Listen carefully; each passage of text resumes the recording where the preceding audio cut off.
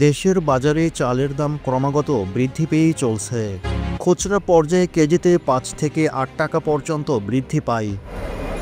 বাজার সংশ্লিষ্ট এবং বিশ্লেষকরা চালের দাম বৃদ্ধির প্রধান ৬টি কারণ চিহ্নিত করেন। তার প্রথমটি হচ্ছে উৎপাদন ঘাটতি।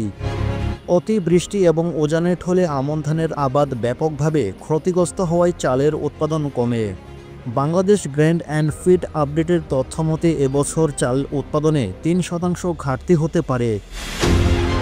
দ্বিতীয়ত উৎপাদন খরচ বৃদ্ধি। পরিবহন, কৃষি, শ্রমিক মজুরি, সার ও কীটনাশকের দাম বৃদ্ধি এবং সেচের খরচ বৃদ্ধি পেয়ে যাবার কারণে ধান উৎপাদনে ১২% খরচ বৃদ্ধি পায়। কৃষক তার ব্যয়ের সমান মুনাফা তুলতে হলে চালের দাম বৃদ্ধির প্রয়োজন পড়ে। তৃতীয়ত হচ্ছে চাঁদাবাজি ও বাজার সিন্ডিকেট। হাটবাজার, সড়ক এবং আড়তদারসহ বিভিন্ন স্তরে চাঁদাবাজির কারণে চালের দাম বৃদ্ধি পায়।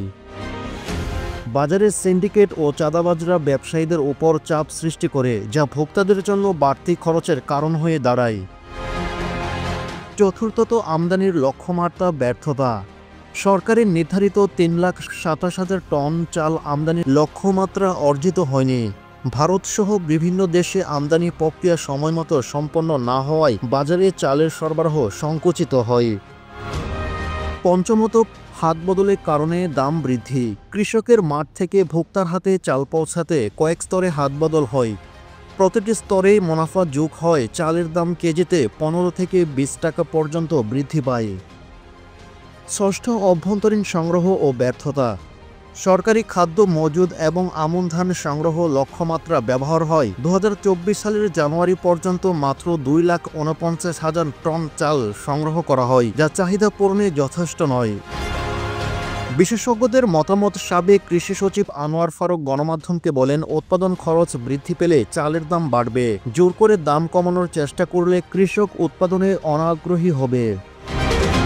এদিকে কনজুমার্স অ্যাসোসিয়েশনের সাধারণ সম্পাদক অ্যাডভোকেট হুমায়ুন কবির ভূঁইয়া গণমাধ্যমকে বলেন, বাজারে পুরনো খেলোয়াড়রা আবার সক্রিয় হওয়ায় চালসহ নিত্যপণ্যের দাম বৃদ্ধি পায়।